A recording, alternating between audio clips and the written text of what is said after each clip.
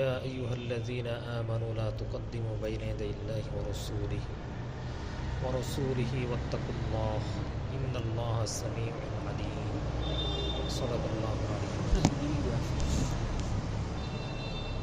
الحمد لله আল্লাহ তাআলার অশেষ মেহেরবানি আমাদের এখানে কোরআনের নিসবতে সমবেত হওয়া, যেটা আমরা দরসুল কোরআন নামে চলছে। অত্যন্ত গুরুত্বপূর্ণ দর্স এটা, কোরআনুল কারিমের দর্স।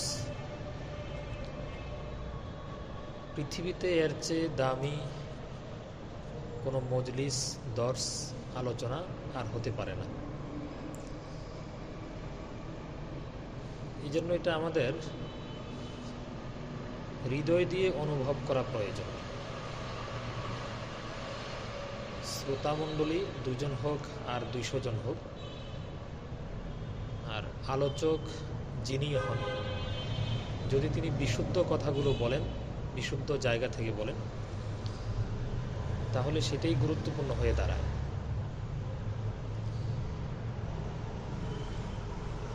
কোরআনুল কারিমের পুরা সম্পর্কটাই শ্রেষ্ঠত্বের সঙ্গে। কোরআনুল কারিমের যত দিক থেকে চিন্তা করা হবে, শুধু শ্রেষ্ঠত্বেই দেখা যাবে। আসমানি গ্রন্থ সর্বশ্রেষ্ঠ গ্রন্থ। যেই নবীর উপরে অবতীর্ণ তিনি সর্বশ্রেষ্ঠ নবী। যেই জাতির জন্য দেওয়া হয়েছে তারা সর্বশ্রেষ্ঠ উম্মত। যেই ভাষায়, সেটি সর্বশ্রেষ্ঠ ভাষা। যেই 2 জায়গায় অবতীর্ণ, পৃথিবীর সবচেয়ে দামি 2 জায়গা। এই জন্য কোরআনুল কারিমের সম্পর্কই শ্রেষ্ঠত্বের সঙ্গে। এই জন্য কোরআনুল কারিম পড়া, কোরআনুল কারিমের নসিহা, উপদেশগুলো গ্রহণ করা, এটা আমাদের একেবারেই সর্বশ্রেণীর জন্য প্রয়োজন, সবার জন্য প্রয়োজন। এমন অনেক ঘটনা আমরা এখনকার সময় আমাদের জানা আছে, যারা নিজেদের জীবনটা খুব অস্থিরতায় কাটানোর পর আসলে জীবনের প্রশান্তি যা তারা চেয়েছে, অনেক রাস্তায় খুঁজে পায় নাই, কিন্তু যখনই কোরআনুল কারিমের সন্ধান পেয়েছে এবং কোরআনুল কারিমের নূরগুলো সে গ্রহণ করতে পেরেছে, তখনই তার জীবন পরিবর্তন হয়ে গেছে। একেবারে এটার এখনকার সময়ে খুব জ্বলন্ত উদাহরণ হলো আপনার জাইরা ওয়াসিম।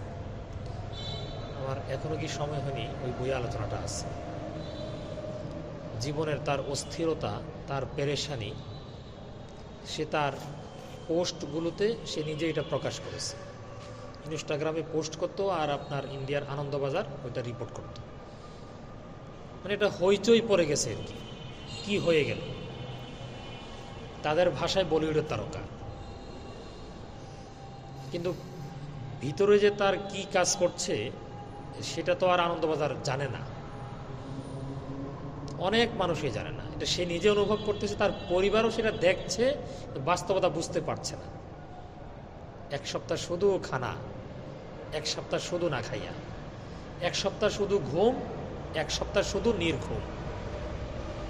এই পেরেশানি, এই অশান্তি। তো কখনো এমনও হয়েছে তাকে নিয়ে গভীর রাতে হসপিটালে নিয়ে যাওয়ার প্রয়োজন হয়েছে। তার অবসাদ, তার হীনমন্যতা, তার বিষণ্ণতা, এগুলো সব সে প্রকাশ করেছে তার ভাষায়। কোনো চিকিৎসায় তার আসলে বাস্তবে কাজ হয়নি, কিন্তু যা কাজ হয়েছে, যখনই সে কোরআনুল কারিমের সন্ধান পেয়েছে, সে পড়া শুরু করেছে, তার মনের কথাগুলো সেখানে পেয়ে গেছে, তো ধীরে ধীরে তার জীবন পরিবর্তন হয়ে গেছে, সম্পূর্ণ তার জীবন ভিন্ন হয়ে গেছে। তো কোরআনুল কারিমের ছোঁয়া, সুন্নার হাদিসের ছোঁয়াগুলো যখন কোনো মানুষের জীবনে লাগে, হৃদয়কে স্পর্শ করে, তো তার পুরো শরীরকে আন্দোলিত করে তোলে। এবং এখান থেকে তার জীবনে বহুদিন ধরে খোঁজে যেই বিষয়গুলো সে লাভ করতে পারে নাই, কোনো ব্যক্তির কাছ থেকে ওই পরামর্শগুলো পায় নাই, এগুলো সে পেয়ে যায়। বিশেষ করে কোরআনুল কারীম এবং সুন্নাহর শব্দ আলোচনাগুলো এমন, আপনি যেই কোনো একটা কোরআনুল কারীমের অংশ নিয়ে যদি আমরা ভাবি, যেখান থেকে তেলাওয়াত করুক, দেখা যাচ্ছে এটা আমাদের জীবনের সঙ্গে মিলে যায়। এবং এই শব্দটুকু নিয়ে ভাবলেই যেন আমাদের জীবনের সিদ্ধান্ত নেওয়ার মতো অনেক কিছু আমাদের সামনে চলে আসে। এমনকি আমাদের সামাজিক ব্যবস্থাপনা এবং সুন্দরতা, আমাদের সামাজিক নিরাপত্তা শৃঙ্খলা যেটা বলি, যেন এটা আমাদের এই একটা যদি বিষয় বাস্তবায়ন হয়ে যেত, এটা মোটামুটি অনেকাংশে আপনার সমাজ ঠিক হয়ে যেত। এমনই নির্দেশনা কোরআনুল কারীমের, যেখান দিয়ে যে খোলে একটু যদি সে ভেবে ভেবে সঠিক বস্তুটুকু এখান থেকে নিতে পারে, তাহলেই হলো। সূরাতুল হুজুরাত কোরআনুল কারীমের অত্যন্ত প্রসিদ্ধ একটি সূরা।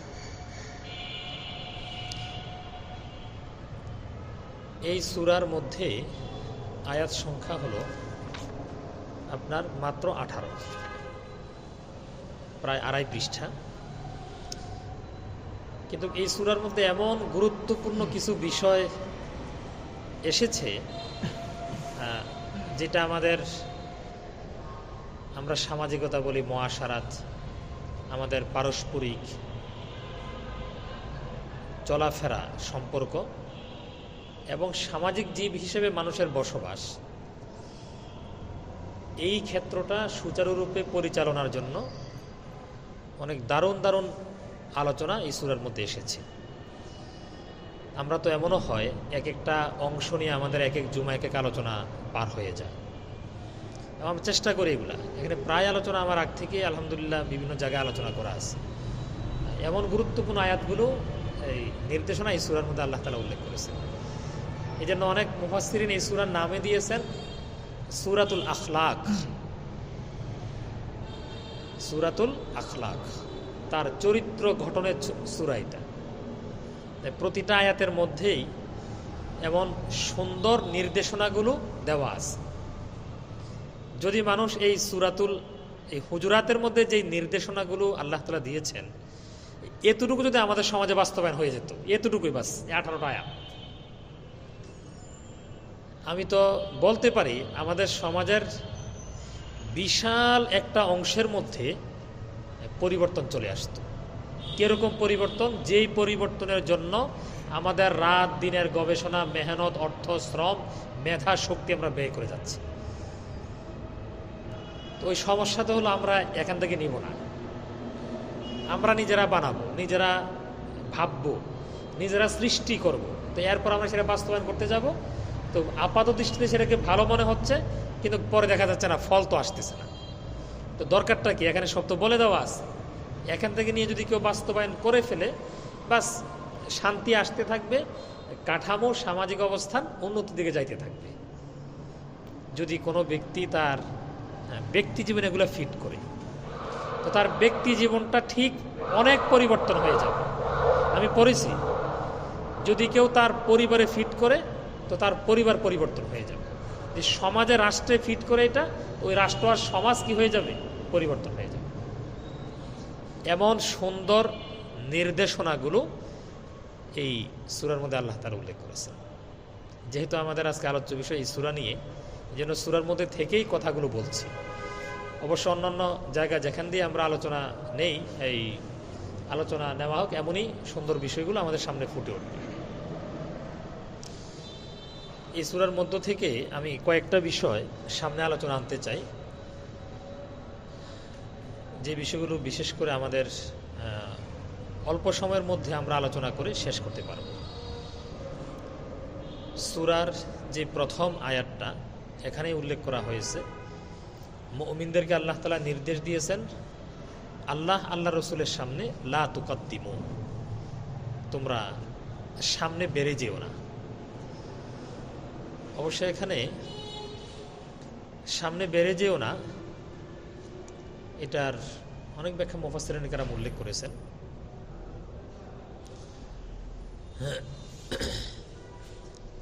তো অনেকে এটা বলেছেন, যখন কোনো বিষয় আলোচনার মধ্যে আসবে, একটা মাসআলার আলোচনা আসলো, দ্বীনি কোনো আলোচনা আসলো, আল্লাহ রাসূল সাল্লাল্লাহু আলাইহি সাল্লাম বসা আছেন, এটা সমাধান তোমরা দেওয়ার জন্য যেও না, অপেক্ষা করো, রাসূল করিম সাল্লাল্লাহু আলাইহি ওয়াসাল্লামের পক্ষ থেকে সমাধান আসবে।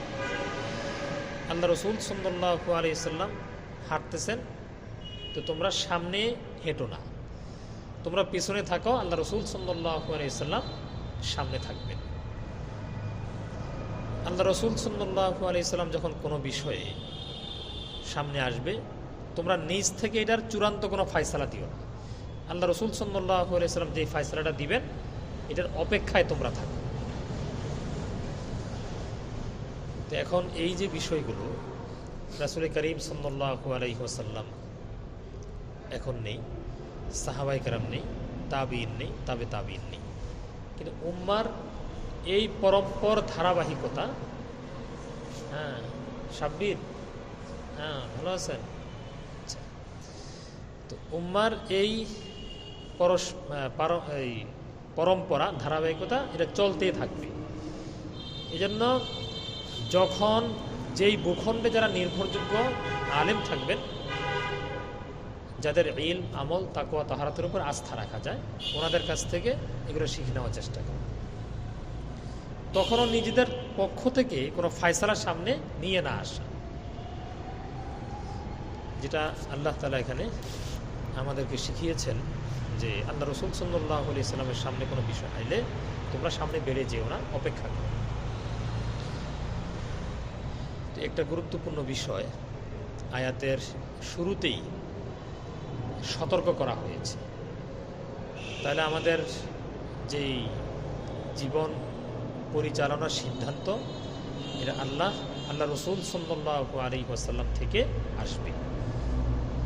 যেটা এসেছে ওখান থেকে আমরা নিব, এটাই আমাদের জীবনের সফলতার মাপকাঠি এবং একমাত্র মাপকাঠি এটাই হবে। যদি আমি পূর্ণ আত্মসমর্পণ করতে পারি, আল্লাহ রসুলের সমাধান কি, কোরআন ও সুন্নাহর সমাধান কি, শরীয়তের সমাধান কি, ওই সমাধানটাকে আমি চূড়ান্ত সমাধান মনে করে যদি আমি গ্রহণ করতে পারি, তো আমার ব্যক্তি পাল্টে যাবে, আমার পরিবার পাল্টে যাবে, আমার সমাজ ব্যবস্থাও কি হয়ে যাবে, পাল্টে যাবে। এই শিক্ষা আমরা এই আয়াত থেকে লাভ করতে পারি। আল্লাহ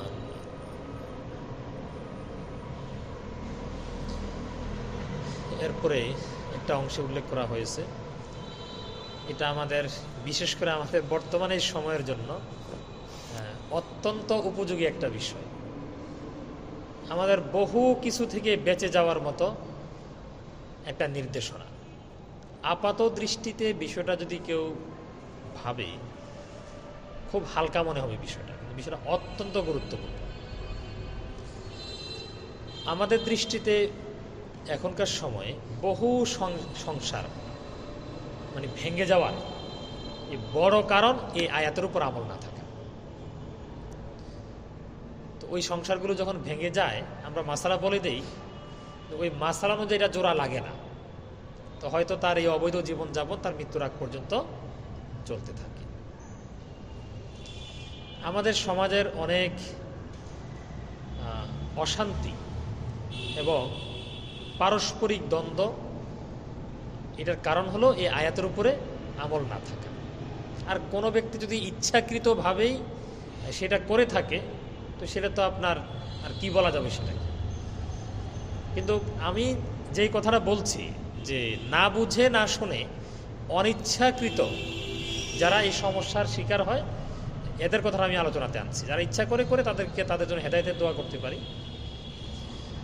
আল্লাহ তাআলা আয়াতে যেটা ইরশাদ করেছেন, যদি তোমাদের কাছে কোনো ব্যক্তি সংবাদ নিয়ে আসে, তো তোমরা সেটা যাচাই করবে, না জেনে যেন কোনো কওমের উপরে তোমরা হামলে না পড়ো।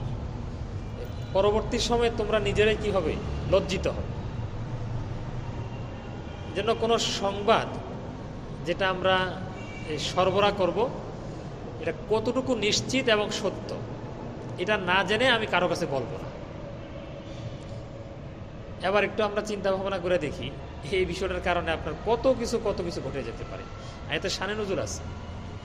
এক সাহাবী গিয়েছেন আল্লাহ রসুল সাল্লাল্লাহু আলাইহি সাল্লাম জাকাত উসুল করার জন্য পাঠাইছেন এক গোত্রের কাছে। তো আগ থেকে ওই গোত্রের সাথে একটু দূরত্ব ছিল। তো তিনি তো আমেল হিসেবে গিয়েছেন, জাকাত উসুলকারী হিসেবে। তো যাওয়ার পরে তারা ইস্তেকবালে এসেছে, অভ্যর্থনা দিয়ে এগিয়ে নিয়ে যাবেন। তো তিনি হলেন জাকাত উসুলকারী, আর ওখান থেকে অনেক লোক আসছে ইস্তেকবালের জন্য। তো তিনি ভেবেছেন যে ওরা আমাকে আক্রমণ করার জন্য আসছে। এটা ভেবে তিনি চলে গেছেন, আর জাকাত উসুল করতে যান নাই। তো পরবর্তীতে যে সংবাদ দিলেন, তারা তো না জাকাত দিবে না, আমাকে আক্রমণ করার জন্য আসছে। পরবর্তী একটা আয়াত আছে জন সম্পর্কে, আয়াতের সাথে দুটোর একটু মিল আছে। তো এইভাবে যখন পরে সংবাদ যাচাই করা হলো, তো দেখা গেল না, একবারে পুরো তথ্যটাই ভুল। ওনারা কেউই আক্রমণ করতে আসেন না, ইস্তেকবালের জন্য আসছেন। তিনি ভেবেছেন আক্রমণ করার জন্য এসেছে, তিনি ফিরে চলে এসেছেন। তো আল্লাহ তাআলা আয়াত নাযিল করে দিলেন, ইয়া আইয়ুহাল্লাযীনা আমানু ইন জাআকুম ফাসিকুন বিনাবাইন ফাতাবায়ানু আন তুসিবু কওমান বিজাহালাতিন ফাতুসবিহু আলা মা ফাআলতুম নাদিমিন। এজন্য কোনো সংবাদ আসলেই খুব অস্থির হয়ে না যাওয়া। বিশেষ করে আমাদের ফেসবুক, ইউটিউব, যে যেটা চালায়, যেগুলোর সাথে যুক্ত সোশ্যাল মিডিয়ার এই সময়টার মধ্যে।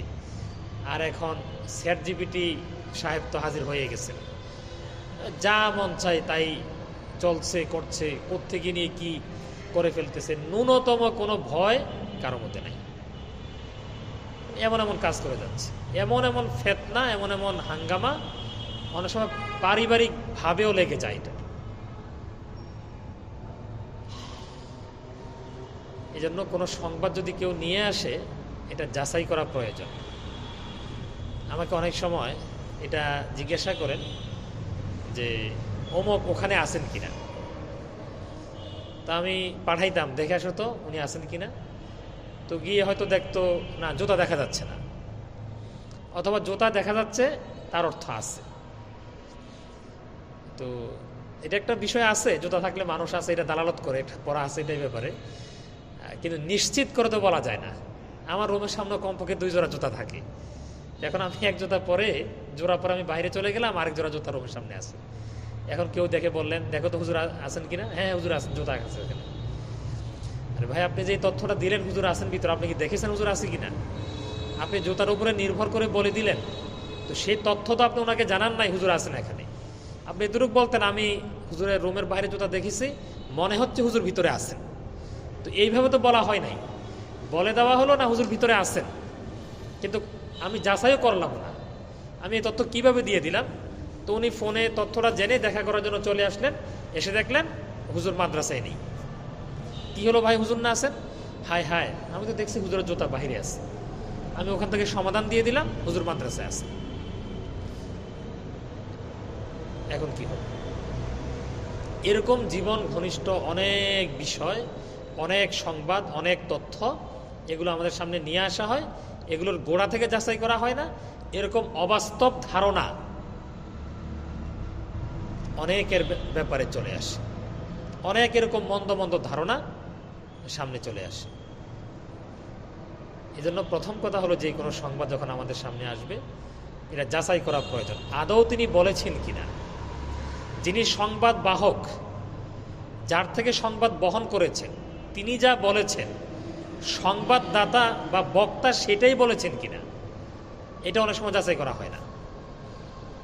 যিনি সংবাদ বহন করেছেন তিনি এটা বুঝতেই পারেন নাই, কথা না, এই হুবহু এটা তিনি বর্ণনা করতে পারেন নাই, কথা আকপিস করে ফেলেছেন, কথা বাড়িয়ে বলেছেন। তো বিশেষ করে ওই ক্ষেত্রগুলো যেখানে অনেক সমস্যা সৃষ্টি হয়ে যেতে পারে, এখানে যাচাইযোগ্য এটা। এই যাচাই করে না বললে এটা সমস্যা হয়ে যাবে। কোনো সময় দিনই দিনে সমস্যা হয়ে যাবে, কখনো দুনিয়া মিলানে কোনো হাঙ্গামা শুরু হয়ে যাবে। এই জন্য আমাদের পারস্পরিক সাথীদের কোনো কথা যদি আদান প্রদান হয়, যেটা বিশেষ করে আমার কাছে যাচাইযোগ্য মনে হবে, বিশেষ করে ওই ব্যক্তিদের ব্যাপারে যারা এরকম কথা বলতে পারেন, অনেক সময় এটা চিন্তাও আসে না, এই কথাগুলো আমাদের যাচাই করা প্রয়োজন। দুনিয়ার যে কোনো লাইনে, উনি কি কথাটা সত্য বলেছেন না মিথ্যা বলেছেন, ভুল সত্য, ওনার এই কথা মানা যাবে কি যাবে না, আগে প্রয়োজন সংবাদটা যাচাই করা তিনি আদৌ সেটা বলেছেন কিনা। আমাদের এই ফেসবুকীয় যুদ্ধের এই বড় একটা অংশ জুড়ে পড়ে আছে এই অঙ্গনের ভিতরে। না মূল সংবাদ যাচাই করা হয়েছে, না ভালো কোনো মিডিয়া, হয়তো খুব পরিচিত মিডিয়া, কিন্তু মূল সংবাদটা উদ্ধারিতই করতে পারেন নাই, কিংবা কারচুপির আশ্রয় এখানে নেওয়া হয়েছে, অহরহ করতেছে। এই জন্য এগুলোতে আমাদের সচেতনতা প্রয়োজন, নতুবা এমন কোনো অবস্থান আমি নিয়ে নিব, এমন কোনো পদক্ষেপ নিয়ে নিব, এমন কোনো বক্তব্য দিয়ে দিব, পরে আমার নিজেকে লজ্জিত হওয়া লাগবে যে আমি যেটা বলেছি আদৌ তিনি সে কথা বলেনি না। এখানে অহরহ আমাদের জীবনে আমরা এটা দেখেছি।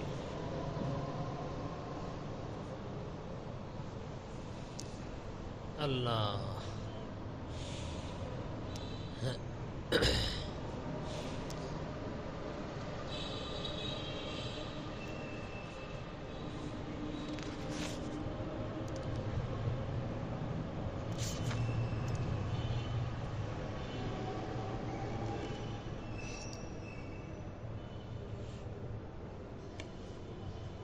10 নম্বর আয়াতের মধ্যে আল্লাহ তাআলা গুরুত্বপূর্ণ একটা মূলনীতি এখানে বয়ান করেছেন।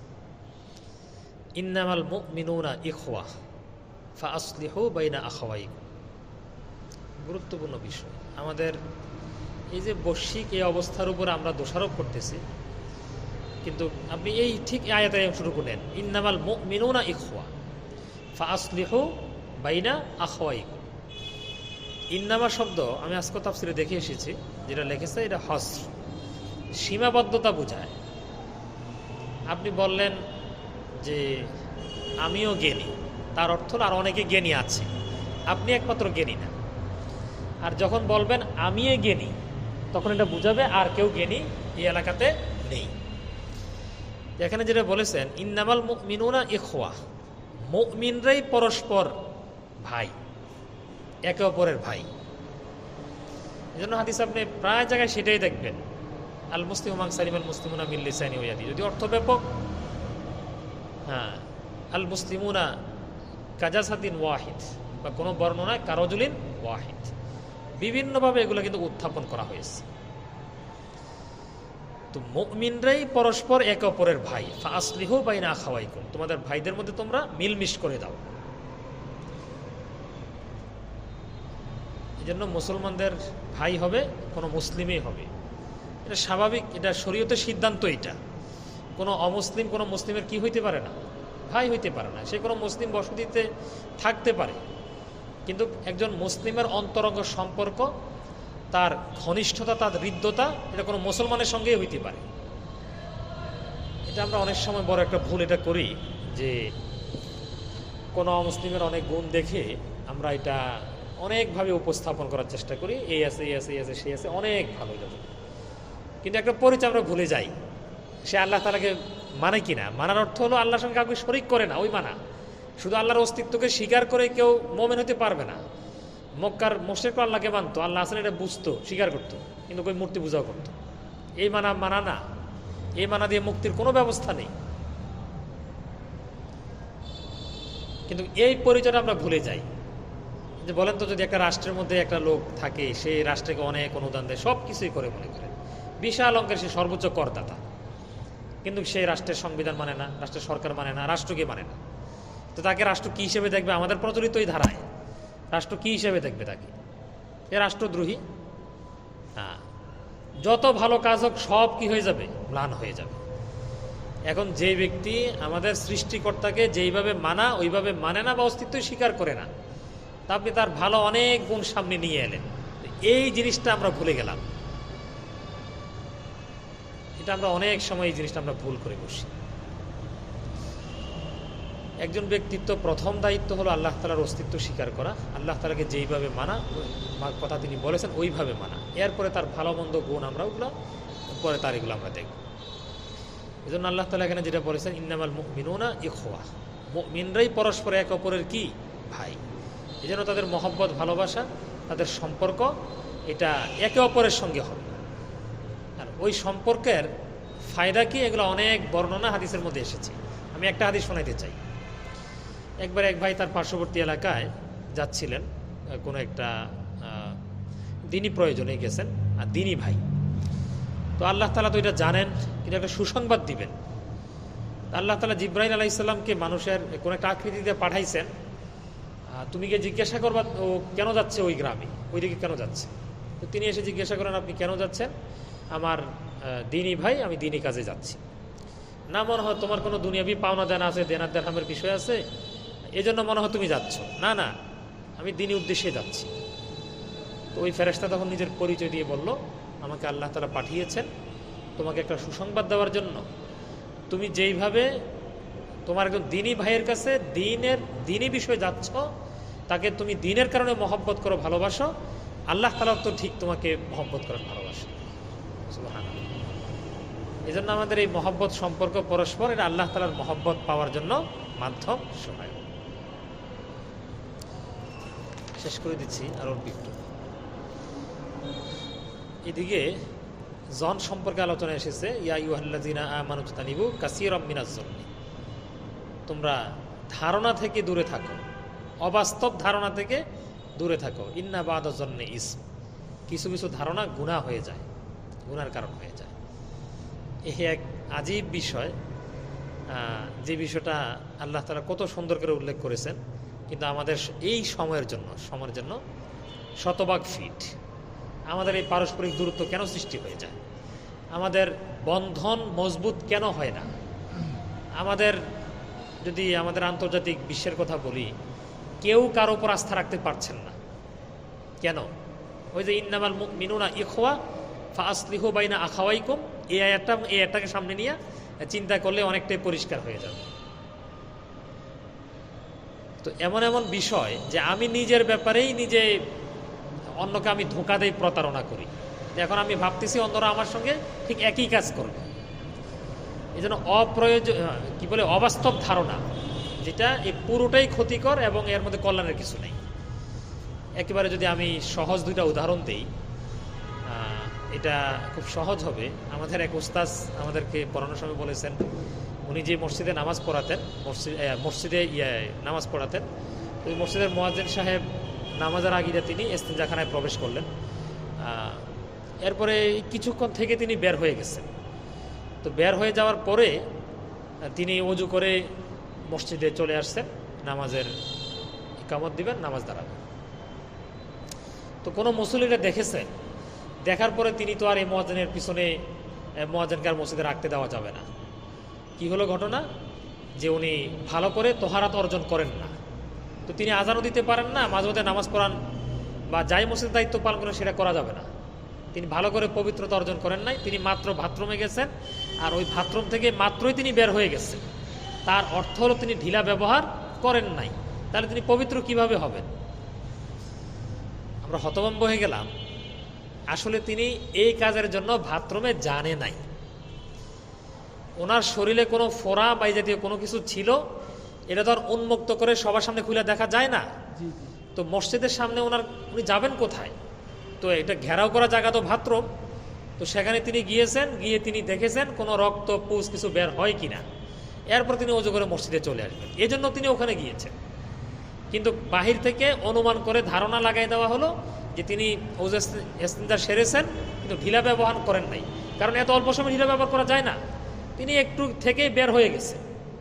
চিন্তা করছেন, ইন্না বাদা জন্নি ইসম, কিছু কিছু ধারণা কি হয়ে যায়, গুনাহ হয়ে যায়। এই জাতীয় অহরহ ঘটনা, অহরহ বিষয় আমাদের সমাজের মধ্যে চলমান। এই জন্য আমাদের পারস্পরিক সম্পর্ক কি হয়ে যায়, দূরত্ব হয়ে যায়, সম্পর্ক মজবুত হয় না। অবাস্তব ধারণা, ওই যে কথা বলছেন ওখানে, আমি ধরে নিয়েছি আমার বিরুদ্ধে বলতেছে। আর যদি কোনো মনের কিছুটা দূরত্ব থাকে তো তার কথাই নাই, নিশ্চিত হুকুম লাগাই দিবে আমার বিরুদ্ধে বলছে। যখন আমি ওনাকে কথা বলতে দেখি তখনই মনে হয় আমার বিরুদ্ধে বলতেছে। আচ্ছা, আমার লোক ওনার মনের দূরত্ব থাকতে পারে, ওনার কি আর কোনো দুনিয়াতে কাজ নাই? 24 ঘন্টা কি উনি শুধু আমার বিরুদ্ধে বলার জন্য দায়িত্ব, চাকরি নিছেন? এটা এগুলো আমরা বুঝি না আসলে। আল্লাহ,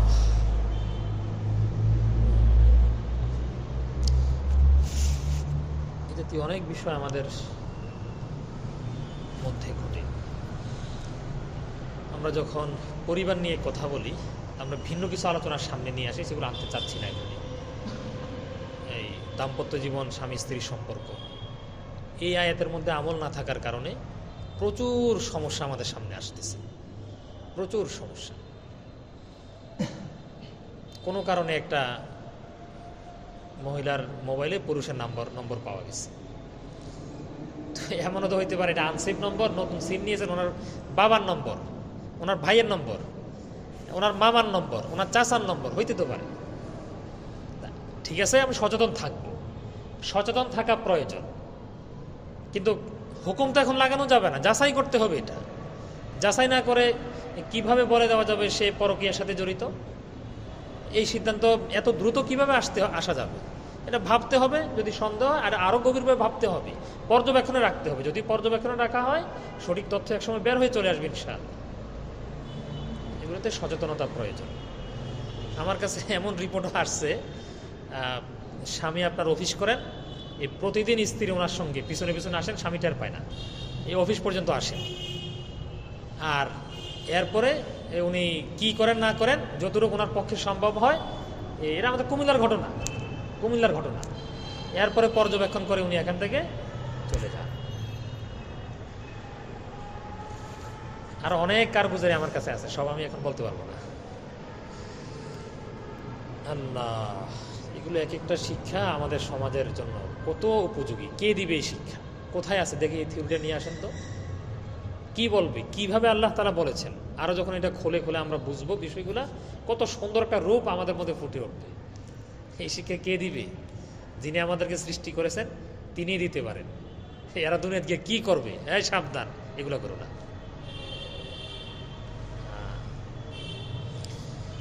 আল্লাহ, আলোচনার শেষ দিকে চলে আসছি আমরা। ইয়া আইয়ুহান নাসু ইন্না খলাকনাকুম মিন যাকারিন ওয়া উনসা ওয়া জাআলনাকুম শুউবান ওয়া ক্বাবাইলা লিতাআরাফু ইন্না আকরামাকুম ইনদাল্লাহি আতকাকুম ইন্নাল্লাহা আলীমুন খাবীর।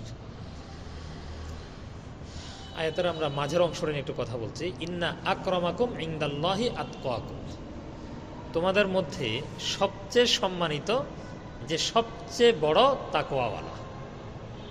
শেষ, সমস্ত দুর্নীতি শেষ। এখানে দুর্নীতি করে সম্মানিত হওয়ার কোনো রাস্তা নাই। এই যে একটা বিষয়, আপনার সবচেয়ে বড় তাকওয়া যার মধ্যে থাকবে সে সবচেয়ে বড় সম্মানী হবে। সিসিটিভি আর আরও তো বহুত কিছু, এখন আপনার স্যাটেলাইট দিয়ে কত কিছুতে আমাদের কত কিছু দেখছে, আমাদের গতিবিধি, আমাদের কার্যক্রম সব কিছু পর্যবেক্ষণ করছে, নম্বর টেকিং করতেছে, আরও কত কিছু আছে সব আমরা জানিও না। কিন্তু প্রতিনিয়ত যে আমার সঙ্গে ফেরেশতারা ভালো মন্দ লিখছে, আল্লাহ তাআলার দৃষ্টির আড়ালে যাওয়া আমাদের পক্ষে সম্ভব নয়।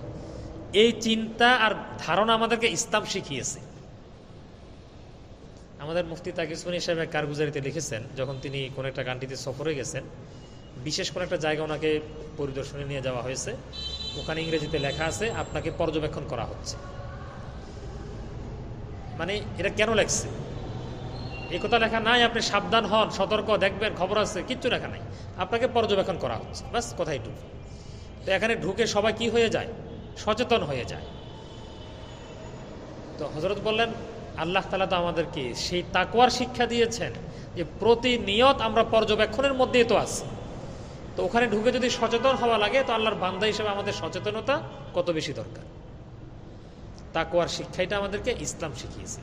সমস্ত অনিয়ম, দুর্নীতি, সমস্ত অন্যায় রোধ করার জন্য এটা মহৌষধ, এবং আমরা বলি প্রধানতম ঔষধ, এটা একমাত্র ঔষধ। তাকওয়ার শিক্ষা এটা মানুষকে সোনালী মানুষে পরিণত করে, সমাজকে সোনালী সমাজ বানায়। এটা মানুষের সামনে যেরকম, পিছনে এরকম, ঘরে যেরকম, বাহিরে এরকম। অফিসে কেউ নাই তখন যেরকম, অফিসে অনেক মানুষ আছে তাও একই রকম। সামনে সাংবাদিক আছে যেরকম, সাংবাদিক নাই একই রকম, কোনো ব্যবধান নাই। এটা এমনি এমনি বলা হয় নাই। সমস্ত মানুষের মধ্যে সবচেয়ে সম্মানী, সর্বশ্রেষ্ঠ রাসূল করিম সাল্লাল্লাহু আলাইহি ওয়াসাল্লাম। খুব আশ্চর্যের বিষয় হলো, আল্লাহ রাসূল সাল্লাল্লাহু আলাইহি ওয়াসাল্লাম নিজে নিজের ব্যাপারে বলেছেন, বুখারীতে রওয়ায়াত আছে যে আমি তোমাদের মধ্যে সবচেয়ে বেশি আল্লাহকে ভয় করি। তাহলে সবচেয়ে বড় মুত্তাকি কে?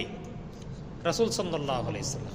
আর আল্লাহ তাআলা এখানে কি বলেছেন? তোমাদের মধ্যে সবচেয়ে সম্মানী ওই ব্যক্তি যে সবচেয়ে বেশি আল্লাহকে ভয় করে তাকওয়ার গুণ অর্জন করেছে। তাহলে দুইটা মিলালে কি বোঝা যায়? রাসূল করিম সাল্লাল্লাহু আলাইহি ওয়াসাল্লাম সবচেয়ে সম্মানিত, তিনি সবচেয়ে বড় কি? মুত্তাকি।